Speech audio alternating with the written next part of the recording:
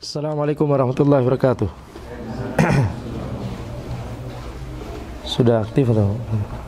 Baik. Alhamdulillahirabbil alamin. Wassalatu wassalamu ala sayyidina Muhammadin wa ala alihi wa sahbihi ajma'in. Amma ba'd. Insyaallah kita lanjutkan kajian kitab Tazkiratus Sami' wal Mutakallim fi Adabil Alim wal Muta'allim karya Syekh Ibnu Jama'ah Al-Kinani Asy-Syafi'i rahimahullah ta'ala, di mana kita sampai pada adab penuntut ilmu yang ke-10. Penulis berkata, idza sami'a asy-syaikha yadhkuru hukman fi mas'alatin aw fa'idatan mustaghrabatan aw yahki hikayatan aw yunshidu syi'ran wa huwa yahfadhu dhalik asgha ilaihi isgha mustafidin lahu fil hal muta'attishin ilaihi farihin bihi kannahu lam yasma'hu qat. Ketika seorang penuntut ilmu itu mendengar syekhnya, mendengar gurunya menyebutkan hukum dari suatu masalah atau faedah yang baru, atau bisa diterjemahkan faedah yang menarik, ya, diterjemahkan secara bebas, au yahki hikayatan, atau menukil suatu cerita atau kisah. Sebentar.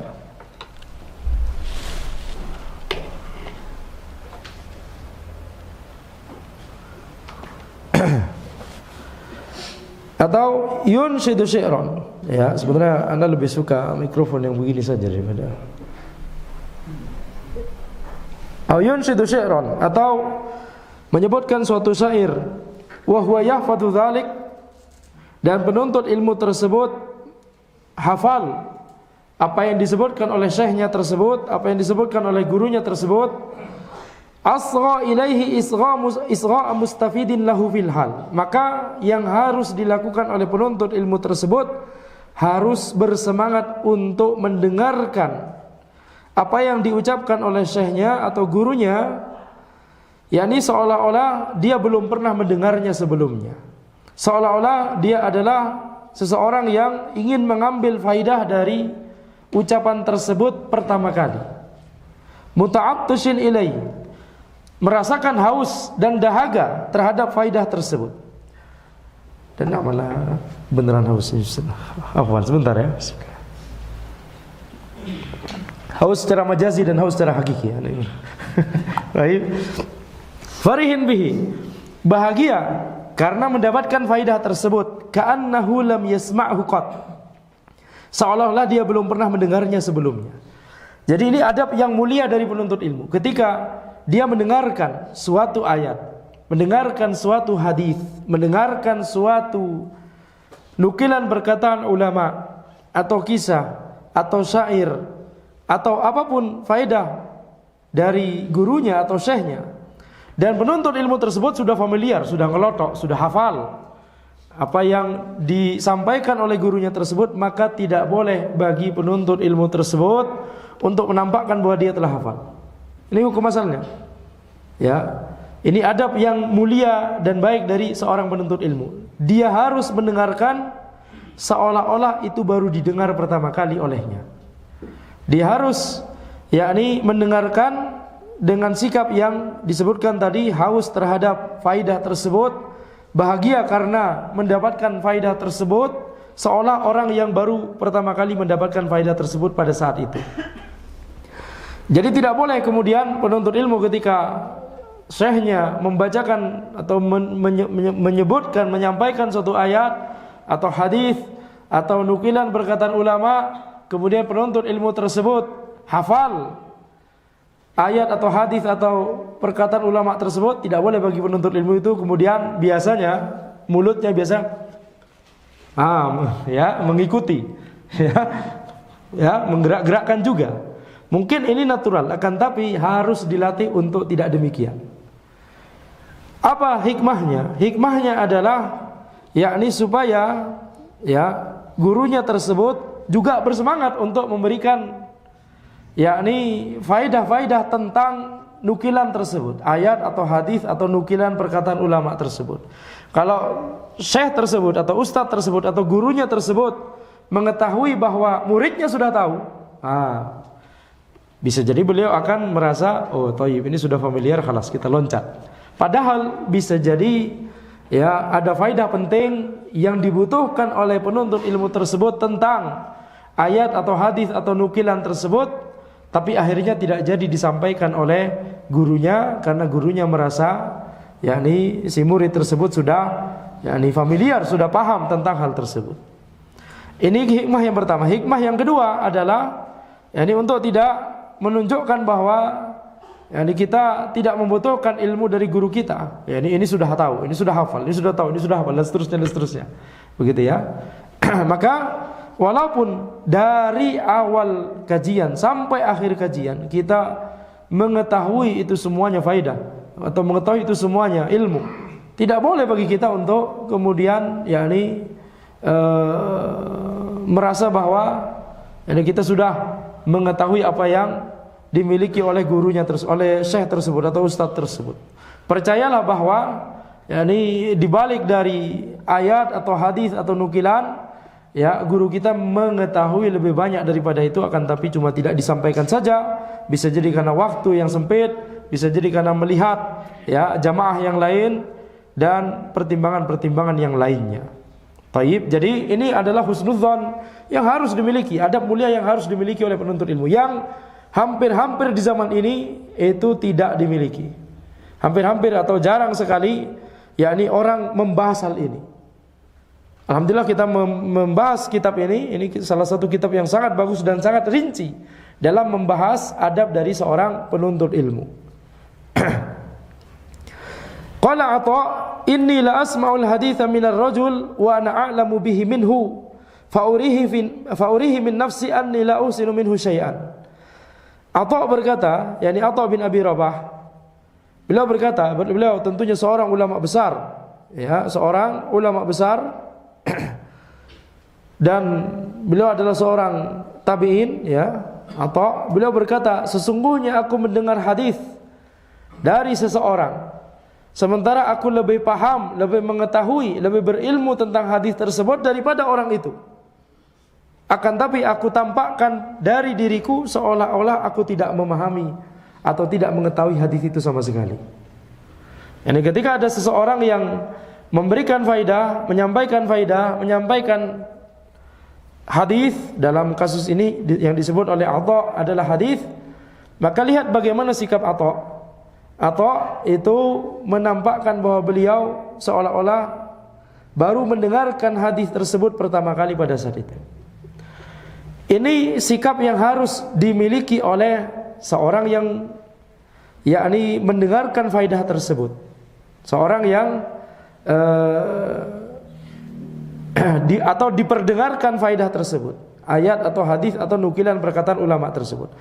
Adapun sikap yang harus dimiliki oleh orang yang dimaksud oleh atau yang semisalnya, dia harus sadar diri, ya. Kalau misalkan di majelis tersebut ada orang yang lebih berilmu daripada dia, maka hendaknya dia lebih banyak diam, ya. Hendaknya dia lebih banyak diam. Jangan sampai yakni diterapkan kaidah ini untuk dia.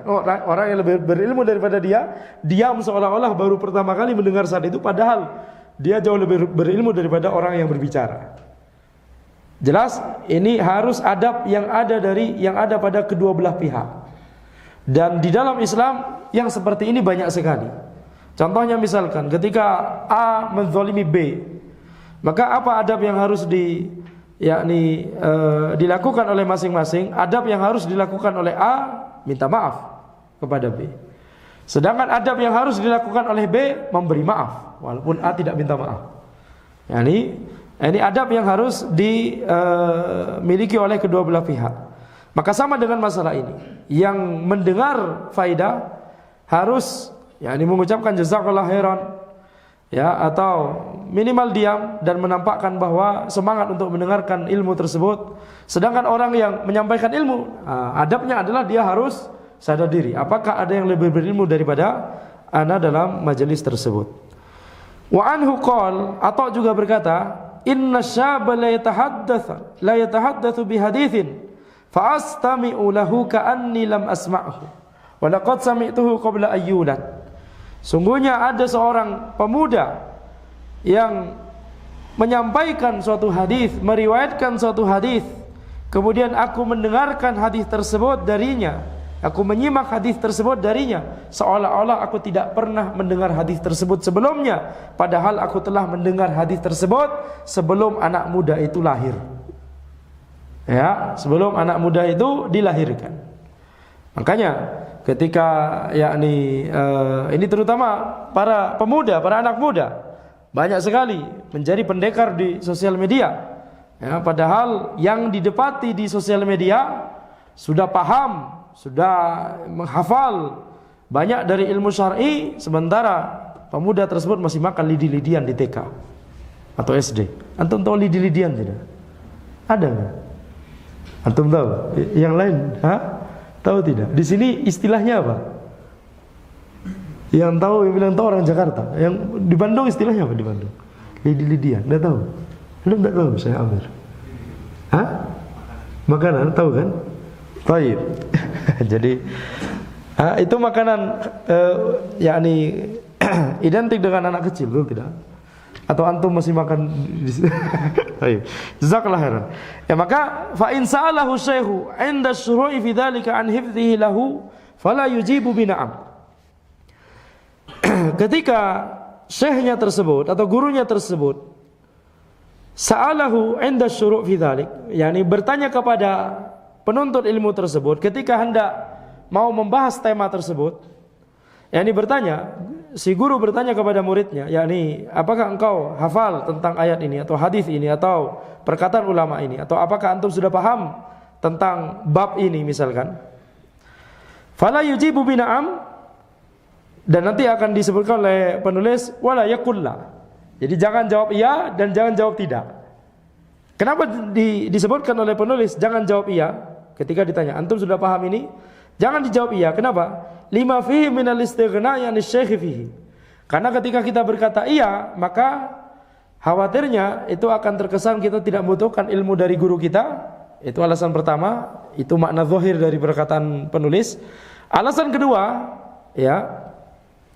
alasan kedua, dan ini tidak tampak dari perkataan penulis tapi Anda tambahkan, yaitu kaidah yang tadi kita sebutkan, supaya kita tidak ketinggalan suatu faidah yang penting terkait apa yang telah kita hafal tersebut. Yani supaya guru kita tetap terpancing untuk menjelaskan tambahan, memberikan faidah tambahan. Ya, memberikan faidah tambahan. Jadi kalau langsung dijawab na'am, maka khawatirnya demikian. Tapi kalau dijawab tidak, wala yaqul la, jangan dijawab tidak kalau memang beneran hafal. Kalau beneran tidak hafal ya beneran yang dijawab tidak, ya. Tapi kalau hafal maka jangan dijawab tidak, lima fihi minal kadzib, karena di situ ada dusta. Nah, ini gimana berarti? Jangan dijawab na'am, jangan dijawab la, berarti gimana jawabannya? Bal yaqul uhibbu an astafidahu minasy-syekh. Akan tapi hendaknya dia berkata, aku ingin menimba faidah dari syekh, dari antum. Ya syekh atau ya ustaz. Ana ingin mengambil faidah tentang hal ini dari antum. Atau misalkan boleh dibilang na'am, ya, menjawab na'am. Na'am, tapi ana minta faidah tambahan dari antum, ilmu tambahan dari antum. Au an asma'ahu minhu, ya. Atau dia bisa berkata, ya, yakni na'am, ana hafal ayat atau hadis tersebut, akan tapi ana ingin mendengarkan, ya, ilmu tambahan dari antum. Ya, ini seperti yang anda sebutkan barusan. Au ba'uda ahdi, atau bisa dijawab, ya, tidak dijawab na'am, apakah antum hafal hadis ini? Tidak dijawab na'am, akan tapi dijawab pemahaman anda masih sedikit tentang hal tersebut. Ini menunjukkan na'am tapi pemahaman anda masih sedikit, begitu ya. Au huwa min jihatikum asah, atau berkata, yakni ilmu dari sisi antum lebih sahih dalam masalah ini, atau lebih yakni bagus dalam masalah ini syekh, maka astafid minkum, yakni ana mengharapkan faedah dari antum. Jadi itu diantara jawaban yang bisa kita ucapkan kepada guru kita ketika guru kita menanyakan apakah kita sudah hafal atau sudah paham tentang suatu masalah. Fa in alima min hali syekh annahu yu'thirul ilma bihifdhihi lahu masarratan bihi aw asyara ilaihi biitmamihi imtihanan li dhabtihi aw hifdhihi aw li izhari tahsilihi fala ba'sa bittiba'i gharadi syekh ibtigha'a mardatihi wasdiyadan li rawbatihi fihi. Kalau guru kita tersebut kalau kita mengetahui bahwa guru kita itu menginginkan menginginkan untuk mengetahui seberapa banyak hafalan kita, yakni ini konteksnya guru kita menginginkan seberapa jauh, yakni seberapa banyak hafalan kita tentang masalah tersebut.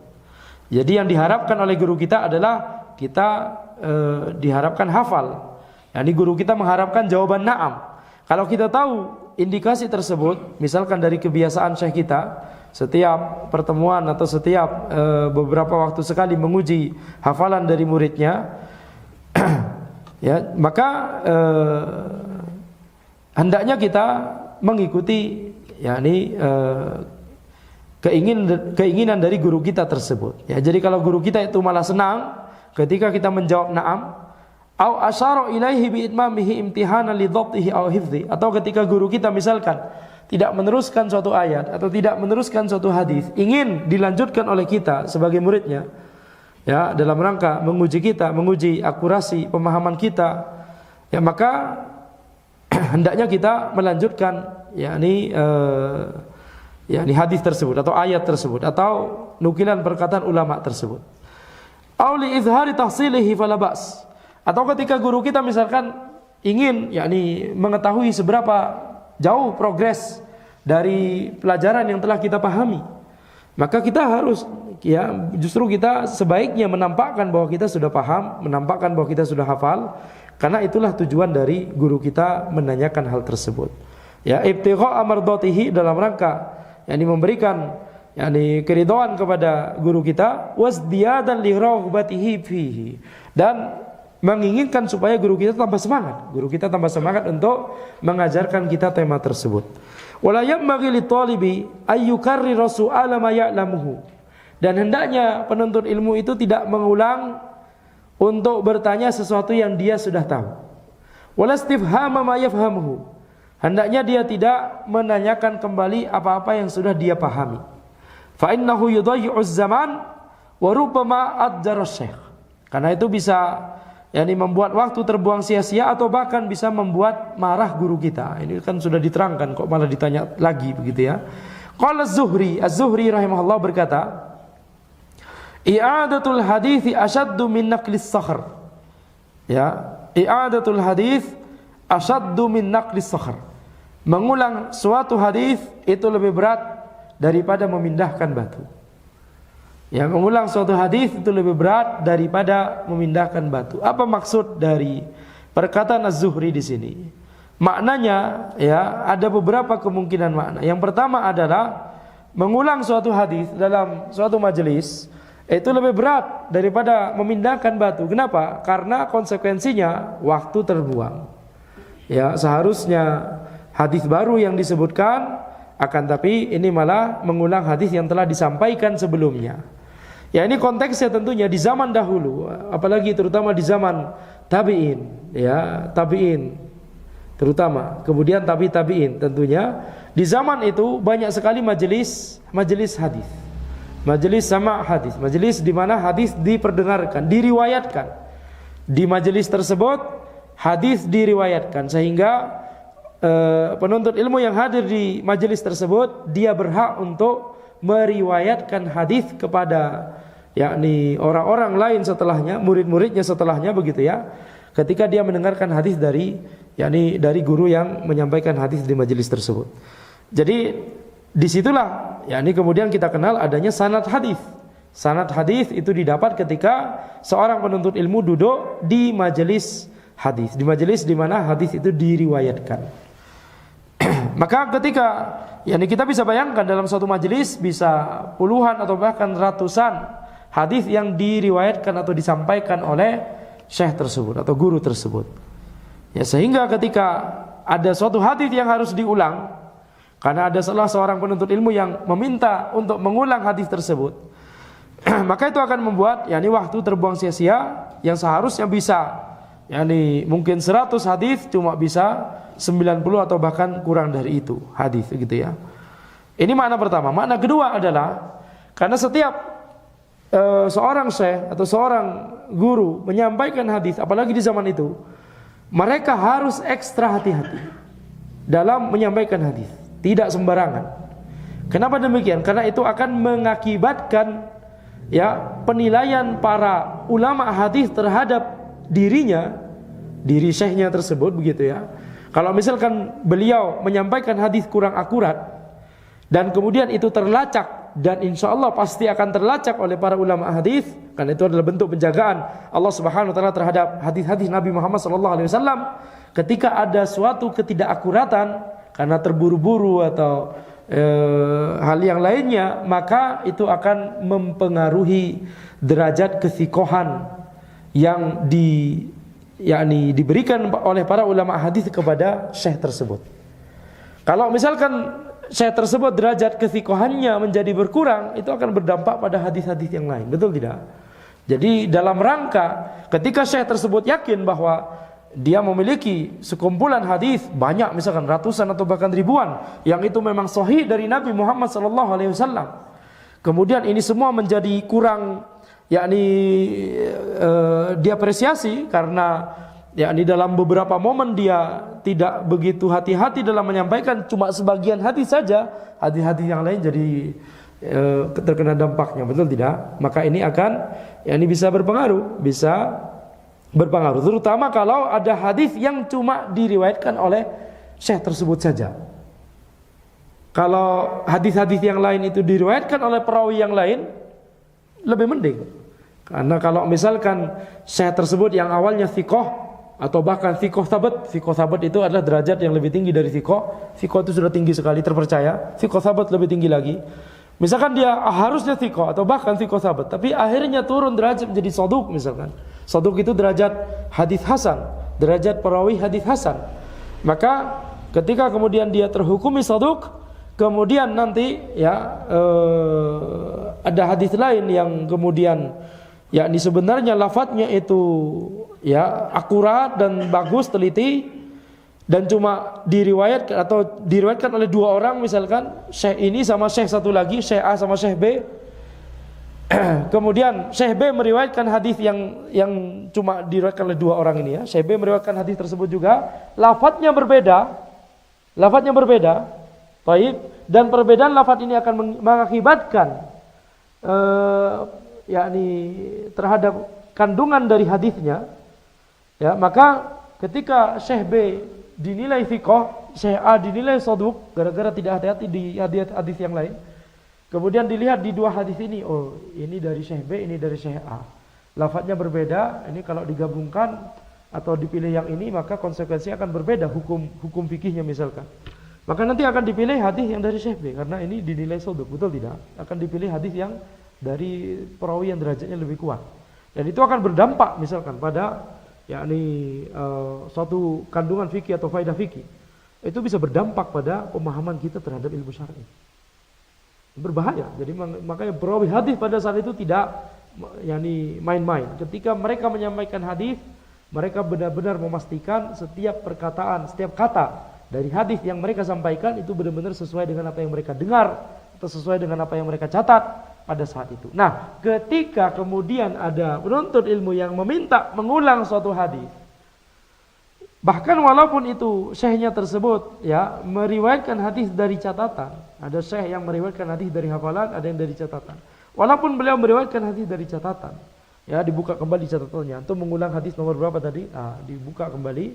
Kemudian yakni ketika disampaikan kembali karena mungkin sudah capek atau sudah tidak maksimal konsentrasinya, kemudian salah kata, ini akan berdampak seperti yang tadi kita bilang. Ya, jadi itu mengapa Az-Zuhri berkata, i'adatul hadis asyaddu min naqlis sakhr. Mengulang suatu hadis itu lebih berat daripada yakni mengangkat atau memindahkan batu.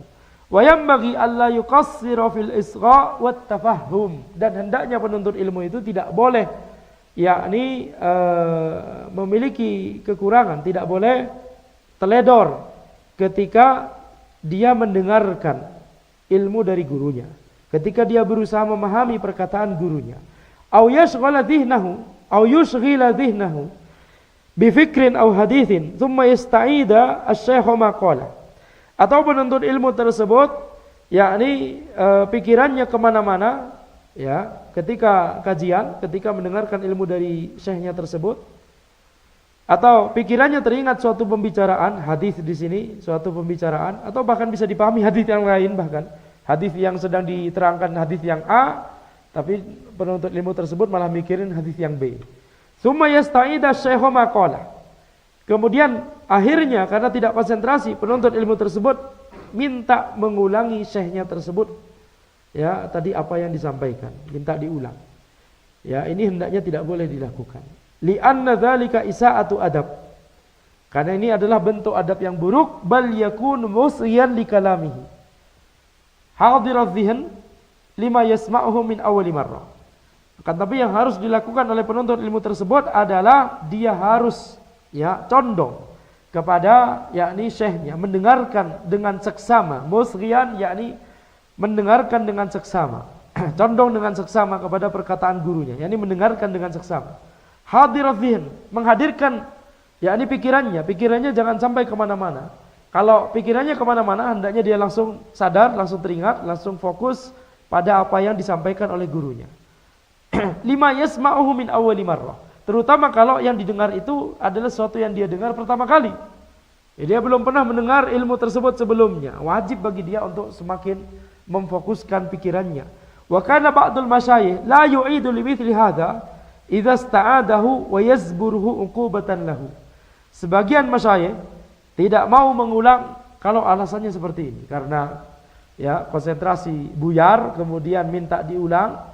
Sebagian masyayikh tidak mau, ya, ketika diminta untuk diulang. Wa yasburuhu uqubatan lahu, dan bahkan bisa sebagian masyayikh tersebut mencela penuntut ilmu tersebut dalam rangka menghukumnya, yakni supaya tidak mengulanginya di kemudian hari. Wa idza lam yasma' kalam asy-syaikh li bu'dihi.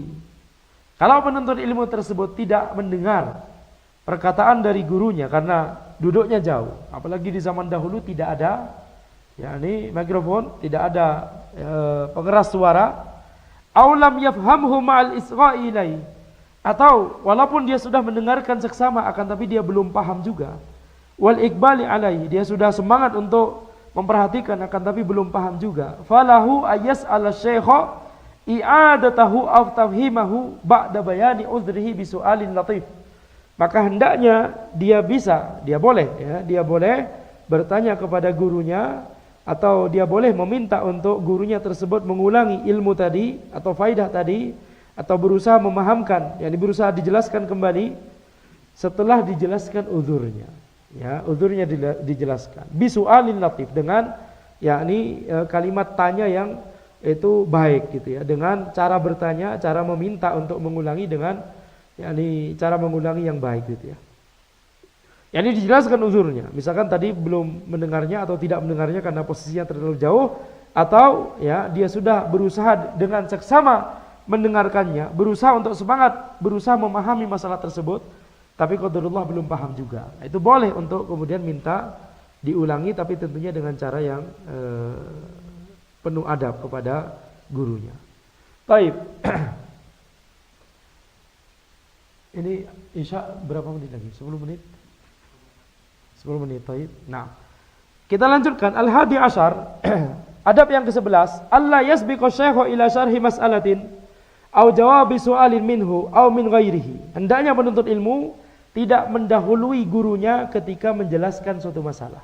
Misal, guru tersebut dan si murid tersebut duduk di suatu majelis, kemudian ada orang datang bertanya suatu masalah. Maka jangan sampai kita sebagai murid mendahului menjawab pertanyaan orang itu. Ya, kita harus mempersilakan guru kita atau orang yang lebih berilmu daripada kita untuk menjawab pertanyaan tersebut. Bahkan ini adab yang berlaku bagi sesama masyayikh. Ya, sesama masyayikh ketika mereka saling berkumpul dalam suatu majelis, tidak mungkin ada satu yang berbicara kecuali pasti beliau akan mempersilakan orang yang beliau nilai lebih berilmu untuk berbicara duluan. Ya. Bahkan misalkan kita lihat Syekh Fauzan misalkan. selalu mempersilahkan Syekh Abdul Aziz Al-Syekh, mufti, ya, mufti am Saudi saat ini untuk berbicara dalam satu majelis. Bahkan ketika sampai gilirannya Syekh Fauzan untuk berbicara, beliau akan berkata, jazakallahu khairan kepada guru kami Syekh Abdul Aziz yang telah mempersilahkan ana untuk berbicara dalam masalah ini, walaupun ya tidak pantas bagi ana untuk berbicara setelah beliau menjelaskan, begitulah dan seterusnya. Ini Syekh Fauzan. Setelah atau ketika berada satu majelis dengan Syekh Abdul Aziz Al-Syekh. Maka yakni tidak boleh bagi seorang penuntut ilmu untuk berbicara duluan ketika ada orang yang lebih berilmu, apalagi gurunya sendiri di majelis tersebut. Au jawabi soal minhu, atau menjawab suatu pertanyaan, au min ghairihi, ya, menjawab suatu pertanyaan darinya atau dari selainnya. Taib. Jadi intinya tidak boleh mendahului guru kita ketika kita menjawab atau menjelaskan suatu masalah. Wala yusawiqahu fihi. Dan jangan berbarengan juga, jangan mendahului dan jangan berbarengan. Ya, ini dijelaskan dengan sangat terperinci. Jangan mendahului berarti boleh berbarengan. Taib. Yusawiq yakni jangan berbarengan juga. Wala yuzhiru ma'rifatahu bihi. Dan hendaknya penuntut ilmu tersebut jangan menampakkan bahwa dia sudah tahu masalah tersebut. Misalkan tadi, ya, yakni ketika gurunya menjawab pertanyaan dari orang tersebut, kemudian menyampaikan satu ayat atau hadis, kemudian kita sambil mulut kita bergerak-gerak begini gitu ya. Yakni menampakkan bahwa kita hafal juga. Ya, ini bukan adab yang baik. Au idrakahu lahu qabla syai', atau misalkan idrakahu lahu qabla syai', yakni sama, ini menjawab duluan. Ya, menjawab duluan, atau bahkan bisa dipahami juga menghadang duluan, gitu ya. Misalkan, ya, majelisnya di sini, penuntut ilmunya di pintu, kemudian ada orang datang, ada Syekh Fulan tidak, Anda mau bertanya satu masalah, apa yang mau antum tanyakan, begitu ya, dicegat duluan, atau nanya ke Anda saja. Itu bisa dipahami demikian, walaupun ini juga bisa dipahami ya menjawab duluan, ya, jadi di satu majelis dan menjawab duluan. Fa in arada syaihu alaihi dzalika ibtidaan wal tamasahu minhu falabas. Kalau gurunya tersebut yang meminta si murid untuk menjelaskan, ya, gurunya yang meminta untuk menjelaskan, maka ini tidak mengapa. Wa yanbaghi alla yaqta'a 'ala syekh kalamahu ayya kalamin kana. Dan tidak boleh bagi penuntut ilmu untuk memotong pembicaraan syekhnya, pembicaraan apapun itu. Wala yusabiqahu fihi, jangan mendahului ya beliau. Wala yusawiqahu, jangan berbarengan dengan beliau. Bal yasbir hatta yafrugha asy-syaikhu kalamuhu thumma yatakallam. Ya, akan tapi hendaknya penuntut ilmu tersebut bersabar sampai syekhnya berhenti dari perkataannya, kemudian barulah penuntut ilmu tersebut berbicara. Wala yatahaddatsu ma'a ghairihi wasyaikhu yatahaddatsu ma'ahu. Dan hendaknya penuntut ilmu tersebut jangan berbicara dengan orang lain sementara gurunya berbicara dengan dia. Ya. Au ma'a jama'atil majlis, atau ketika gurunya berbicara dengan jamaah majelis. Muridnya salah satu di majelis tersebut. Ketika gurunya berbicara kepada yakni seluruh orang di majelis tersebut, ya maka si murid jangan bicara sendiri jangan bicara sendiri. Tidak perlu dijawab, ana tidak bicara sendiri, ana bicara dengan sebelah ana. Baik, jangan bicara sendiri ataupun dengan sebelah antum ataupun dengan yang jauh. Gitu. Baik. Wal yakun dhihnuhu hadiran fi jihatis syekh, dan hendaknya pikirannya itu hadir ya kepada apa yang disampaikan oleh gurunya. Bihaitsu idza amarahu bi syai'in aw sa'alahu an syai'in aw asyara ilaihi lam yuhwiju ila i'adatihi tsaniyan. Yani mendengarkan syekhnya, pikirannya tidak kemana-mana, sehingga ketika syekhnya menyuruhnya untuk sesuatu, ya, menyuruhnya melakukan sesuatu, ya, ambilkan kitab lah atau tutup pintu lah gitu ya, dan seterusnya, atau meminta sesuatu, ya, minta diambilkan minum lah atau apa, minta diambilkan kitab atau minta dipanggilkan fulan begitu dan seterusnya. Au asyara ilaihi, atau ya memberikan isyarat kepada si murid tersebut, maka ya hendaknya pikiran si murid jangan kemana-mana sehingga syekhnya tersebut tidak perlu mengulang kedua kali. Bal yubadiru ilaihi musri'an, Akan tapi hendaknya penuntut ilmu tersebut harus yakni bersegera ya melakukan apa yang diminta oleh syekhnya tersebut dengan cepat. Walam yu'awidhu fihi aw ya'tarid alaihi biqaulihi fa illam yakunil amr kadza. Dan hendaknya penuntut ilmu tersebut jangan yakni yu'awidhu fihi yakni minta diulang. Apa Syekh? Gitu ya. Apa tadi? Ya. Atau yang lebih parah, misalkan bukan bertanya apa, akan tapi gitu ya. Ini lebih parah lagi. Ya, lebih parah lagi. Di antara perkataan yang juga tidak boleh disampaikan oleh atau diucapkan oleh atau dibiasakan oleh penuntut ilmu adalah ketika misalkan gurunya menyampaikan sesuatu, kemudian misalkan muridnya tersebut misalkan tidak setuju atau ada pertanyaan tambahan atau pertanyaan berikutnya misalkan, atau bahkan mau mengkritisi misalkan, tidak masalah, akan tapi dengan adab yang baik. Tapi jangan menggunakan misalkan kalimat la, Syekh, pakai la, ya, jangan. Ini banyak ditemui di media sosial, ya, atau di grup WA, atau di Telegram, atau dimanapun itu, ya, Twitter juga banyak, Facebook dan Instagram macam-macam. Apalagi sekarang ada Threads, ya, makin banyak peluang untuk jadi pendekar. Baik, muncul aplikasi-aplikasi, ya. Antum mendekarnya di mana? Di Facebook atau di Twitter atau di yang baru Threads. Baik, nggak usah promosi. Maka yakni tidak boleh menggunakan redaksi-redaksi seperti itu ya. Berapa banyak pertanyaan tidak dijawab karena redaksinya seperti itu. Seandainya redaksinya lebih baik, bahkan di media sosial, ya, banyak para masyayikh atau para ustadz ya yang ketika pertanyaannya itu seperti itu ya tidak dijawab. Sementara ketika ada orang lain di lapak yang sama bertanya dengan substansi pertanyaan yang sama tapi dengan adab yang berbeda, dijawab. Ya, itu menunjukkan ya kita sendiri yang menghalangi diri kita sendiri dari ilmu. Ketika kita kemudian ya yakni bertanya dengan redaksi seperti tadi, la bukannya begini, la bukannya begini, begitu ya. Itu bukan adab yang baik untuk diucapkan ketika kita bertanya suatu ilmu. Baik.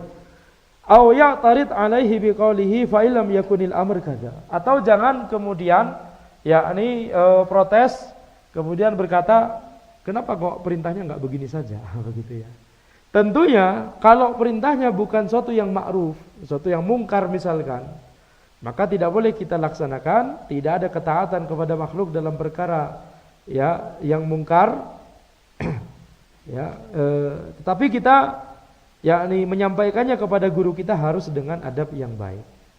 Ya, harus dengan adab yang baik. Afwan Ustaz, afwan Syekh, bukankah yakni ini tidak boleh misalkan, atau bukankah ini harusnya dihindari gitu ya. Apa Anda salah dengar atau semacamnya. Maka demikian yang bisa Anda sampaikan. Mungkin kita azan terlebih dahulu, setelah itu kita tanya jawab sebentar setelah azan.